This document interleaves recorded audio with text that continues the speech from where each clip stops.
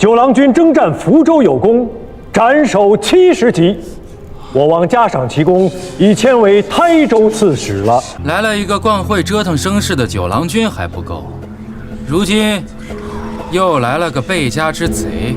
哼！神虎子自家便是声势之人，在睦州，在宁海，那是恶声远扬的酷吏。是。国家这是不要台州了吗？也是为他亲手。九郎君这几月来，杀了2个知州，1个县令，参掉了几10个州县官。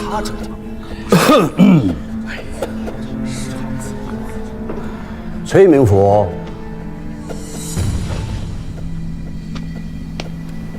魏司马，久闻明府曾随九郎君南征福州，欧阳宽之事是真的吗？是真的。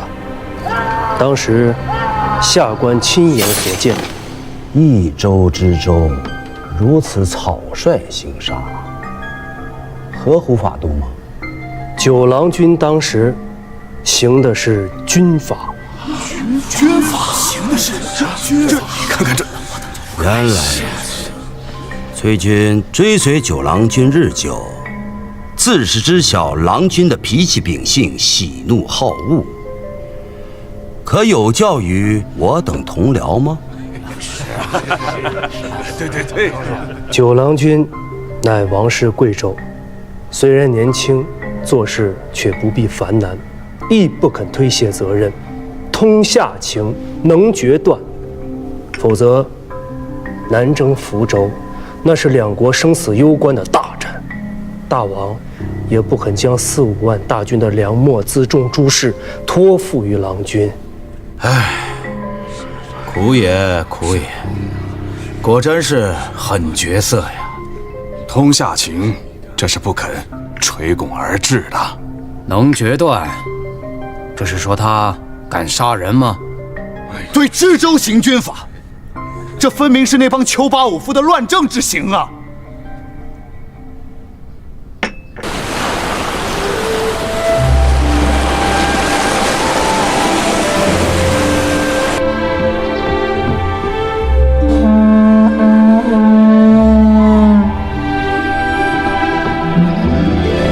阿兄，你走太快了，我都跟不上了。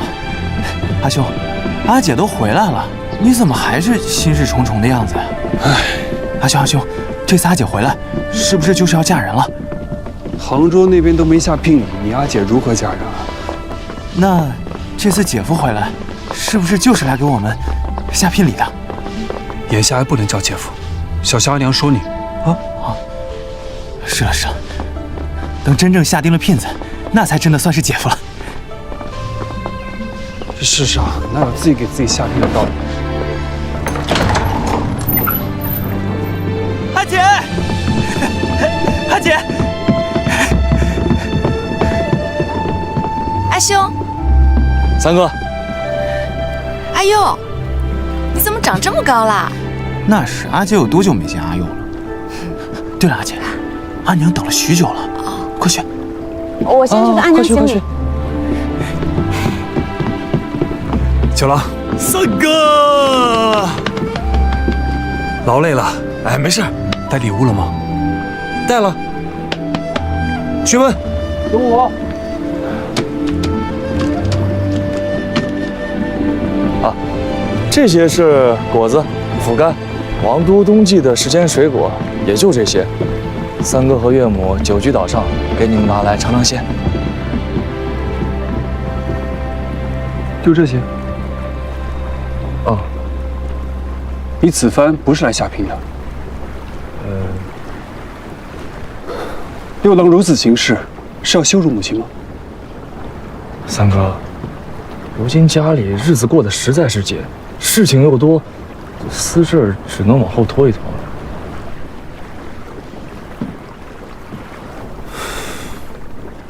母亲吩咐，若你是来下聘的，纵然不合礼数，也请桃花院中叙话。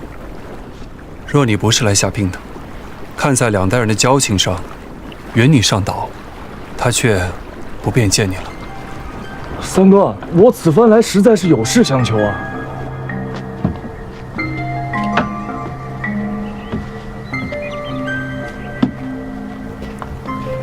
官人，家中有客来访。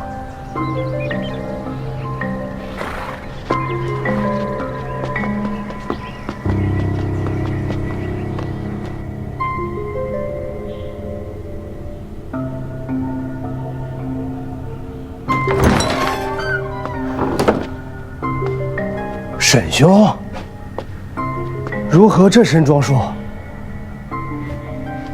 郎君呢？郎君有事体要办，需晚上几日。我先微服过来看看情形。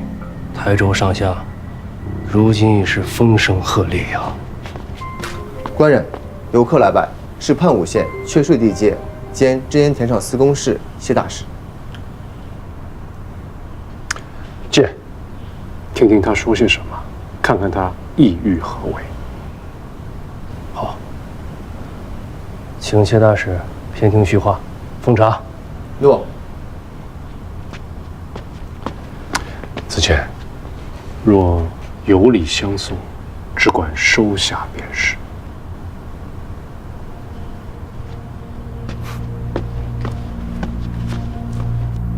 翠君追随九郎君最早，素为郎君信众。谢某有意独谒郎君，有恐唐突孟浪，还要劳烦崔君引荐一二。此事，崔某不敢贸然应承大使。待得郎君到了州中，崔某代大使向郎君禀报。至于是否能见，却非崔某所知了。能得崔君在郎君面前一言，已是足感大德。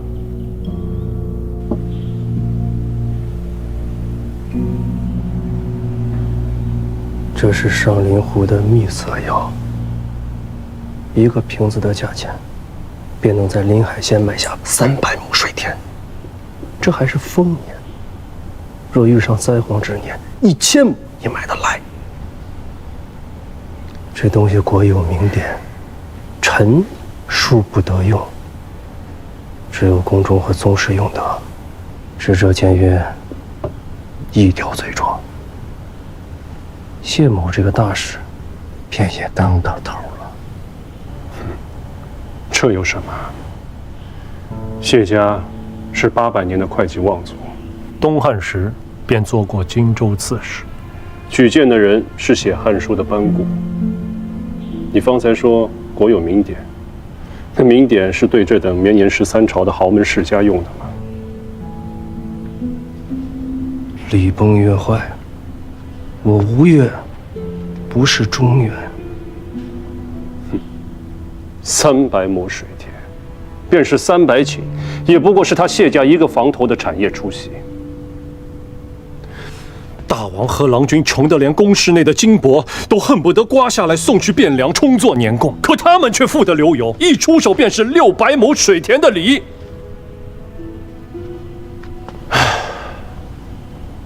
吴越之地呀，如中原的那般日子，只怕是不远了。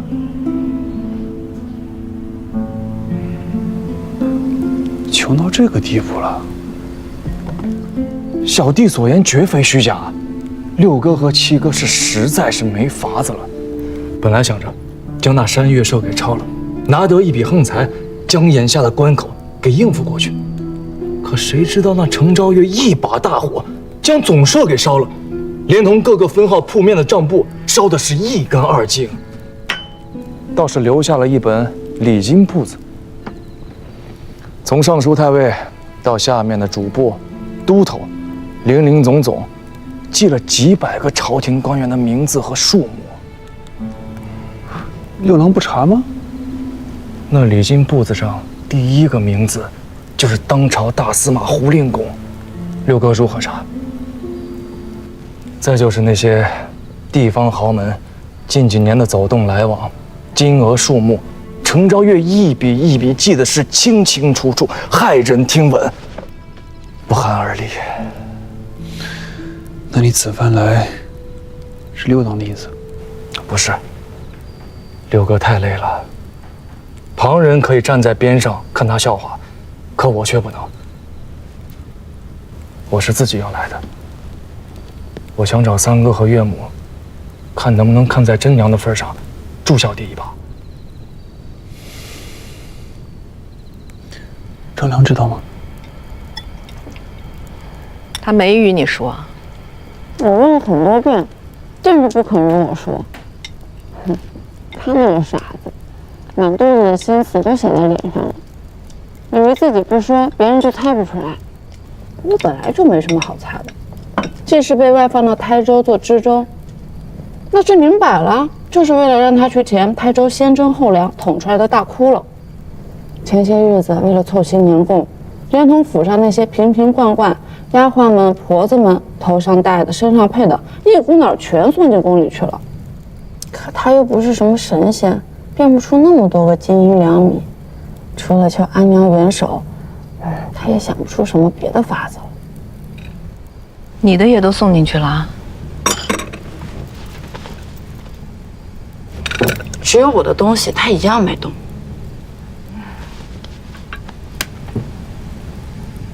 50万户2米，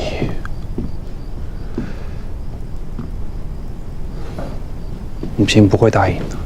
三哥，那可是10几万人1年的生计指望啊！道理没错，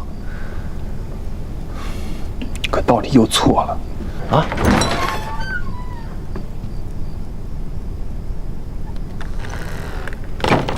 你既然是来求母亲相助的，那自然应该先问问母亲的道理是什么。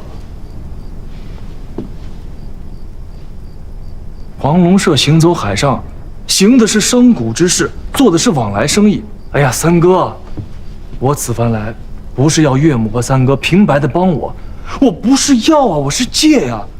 年力太多，小弟不敢许，可3分力，小弟这个做知州的还是能做得了主的。那还是你的道理。你以为说生意买卖，便是循着母亲道理行事了？生意买卖确实是母亲道理，只是要看是什么生意，要看是何样买卖。那依三哥所见，岳母大人，她想做的是什么样的生意买卖？这小子倒是会想，居然将主意打到老娘头上来了。阿娘，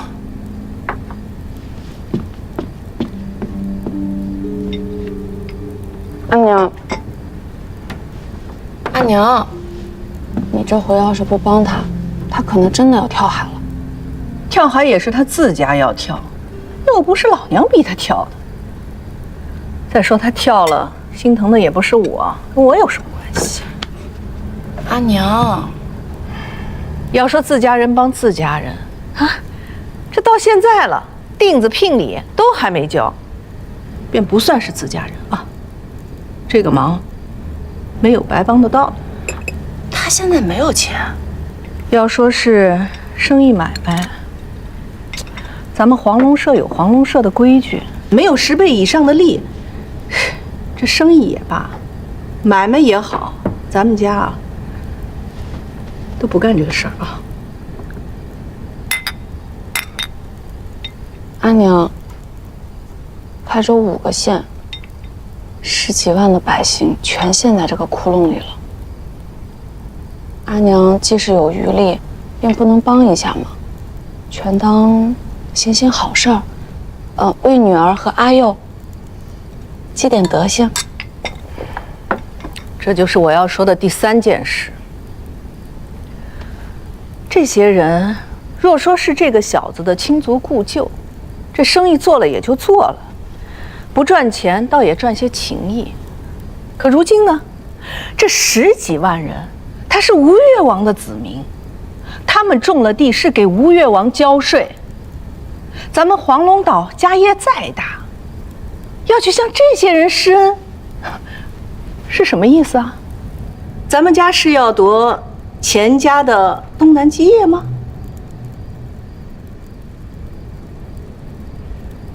九郎是个好孩子，知道心疼穷人，怜悯那些日子过不下去的人，说明这孩子心肠软，心思正，这些都是好事儿。但是有一条你得想明白了，他虽然姓钱，却并不是吴越之王。还是说，吴越王的位子，他想争一争？他这个性子如何当得了国王？再说了，他也没有这个心思。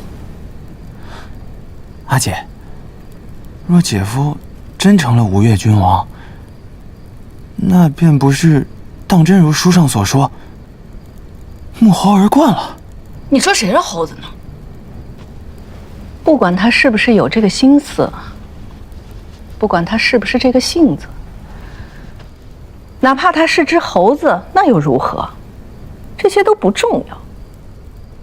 重要的是，现在杭州城里那些老家伙，怕是已经明白了，这只上蹿下跳的猴子，已经有这个资格了。你想不想当吴越国的王后啊？这才是大生意。大买卖。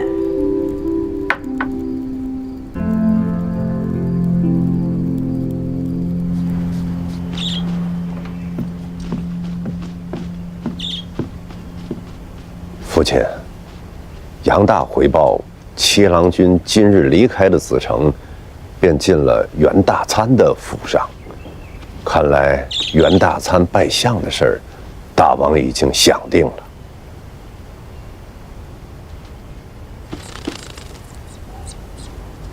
湖州那边是谁在盯着？啊，是长久。八郎君昨日抓了一个妖人，判了一个妖言惑众，逐出了湖州。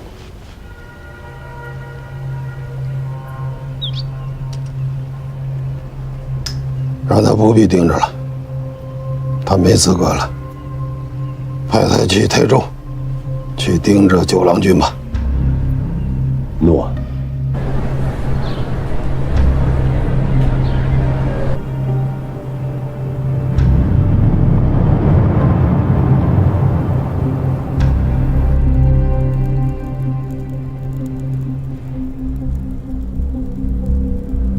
吴越日子不好过吧？蒙陛下垂问。去岁，国中遭了飓风，暴雨连日，道路、田地、房屋悉数毁坏，百姓死伤数以千计。我王身体陛下宽仁爱民之至义，不敢以共事之苟全而夺生民之休戚，故此有教于国中，倾府库之财，尽仓廪之机，广为赈济，并捐免全境钱粮1岁，使黎庶休养生息。然我王视大国之心，效天子之诚，不敢稍加减役，遂依故事，竟银券各10万两匹，为纯储有欠，见以杂色。臣代我王向陛下请罪。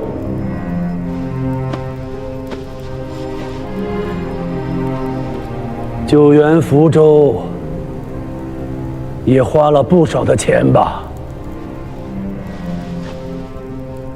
回奏陛下，越民皆为汉臣，本有扶救之意。我王元敏既为保境安民，更彰天子威德，不敢以锱铢之力而弃臣手之职。你叫什么名字？在国中任何官职？回奏陛下，臣天下兵马都元帅府判官慎温琪。这是个专管出使贡事的官吧？之前所任何职？回奏陛下，入元帅府前，臣为知温州军府事。也是一方牧首。你且起来吧。谢陛下。你家大王安否？蒙陛下垂问，我王身体康健。朕的右卫大将军安否？回奏陛下，九郎军征战福州有功，斩首70级，我王加赏其功，已迁为台州刺史了。朕没听错吧？你家那位小九郎斩首70级？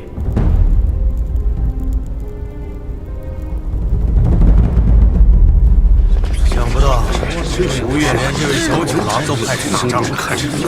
嗨，九郎君嘛，非常人非常事。如意公，如意公有礼，晚辈郭荣。申文琪见过大将军。九郎在信中对先生都有赞誉，诚以失礼待先生。荣与九郎虽无骨肉之亲，却有同袍之谊。九郎之事，便是郭荣之事。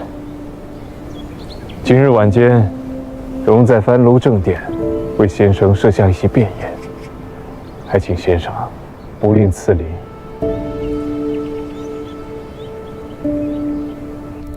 如遇先生远来，本当盛宴扫尘，可如今国家草创，百事艰难，荣等只能略备匪酌，以尽地主之谊了。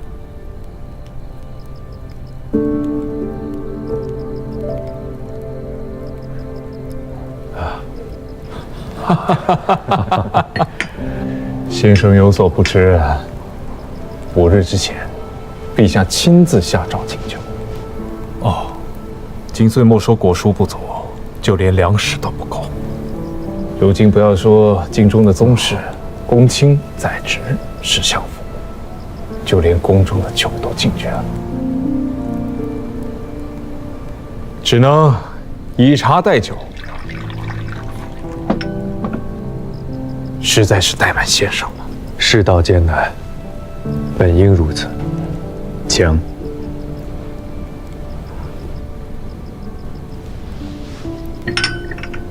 先生，请啊。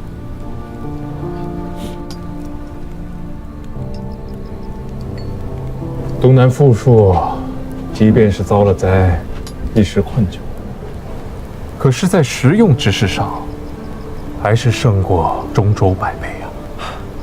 若能增益往来，互通买卖，对于两地民生得以互济，这何尝不是一桩美事啊？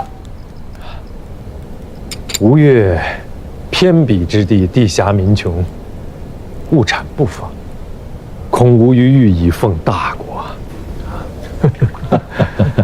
如遇先生误会了，不是朝贡，是通商。奈何道路不通，中间又隔着一个南唐为拦路之虎，虽欲往来，实在是有心无力呀。陆路不通，海路却是通的。我在想，若能够在莱州设一榷场，以三司抵调之，专营吴越往来的货役，不知可行不可行？赋税几何？10税1。太高了，1/10的税，还算高吗？如玉先生，朝廷财政艰难，所以说太高了。从莱州到京师，要穿越10几个州县，途经几十处里卡。这还只是各州县地方所设的官吏，若是再加上那些未曾记在三司离册上的私兵少卡，怕是100、10处也不止啊。10成的货从莱州运抵京师，便已去了5成之多。如玉先生，末将有一事不明。小乙哥方才说要在莱州建榷场，那货物到了莱州地头，便应该在当地便转卖掉，为何要拉到京城？如今有能力做买卖，买得起这些大宗货物的，不是攀附权贵，便是自家就是权贵，而这些人大多都住在京师。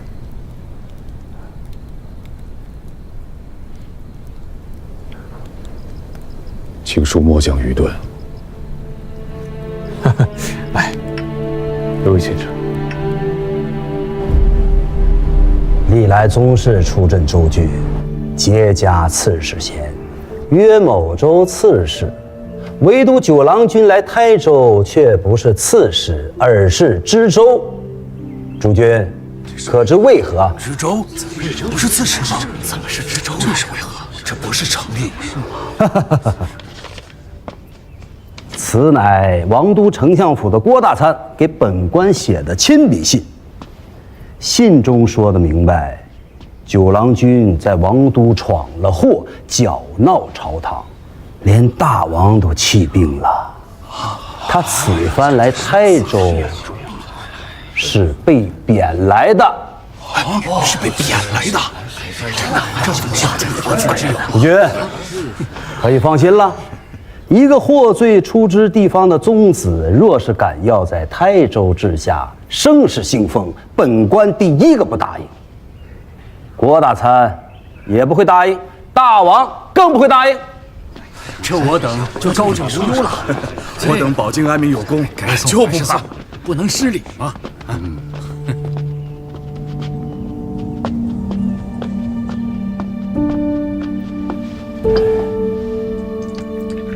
要你准备的东西，可备好了？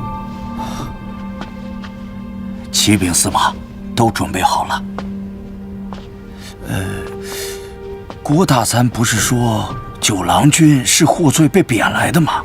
大参是说了，九郎君当殿开罪了军中，故此大王震怒，将他贬来了台州。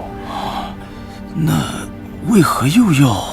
大参还说要我等小心侍奉。这位郎君连开罪军中都不忌讳。程昭月之变，手持王教兵符，孤身一人入孝慎大营，连同将主和下面的几镇指挥使副军头，一口气打了10几位军将的板子，立位夺军。他此番来台州，是来替大王收拾之前沈重月、高许他们留下的烂摊子的。那司马刚才为何？我为何只说前面一句，后面的这些话都不说？动动你的脑子。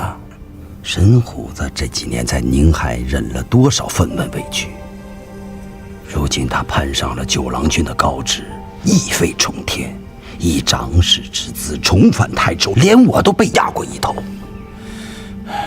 咱们手里若是没有些拿得出手的硬东西，日后如何在九郎君面前立足？那岂不是要看着沈虎子一个人得意了？方才此处这些人，便是咱们在九郎君面前的近身之见。司马英明，二位请，二位请。哎呀呀，那好，如此便多谢两位都头了。下官一定。放肆！都头2字，咱们可应承不起。兄弟们都知道，中顺都只有一个都头，就是九郎君他老人家。哦，哎呀，您瞧下官这张嘴，那便是前世的冤孽，平地里都能犯了九郎君他老人家的讳。下官回去一定把它撕烂了，给郎君还有2位军头谢罪。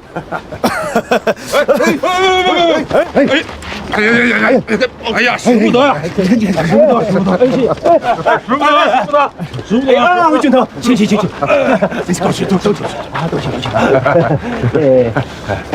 有空的话去我那边喝点老酒。好，感激不尽。好。哎。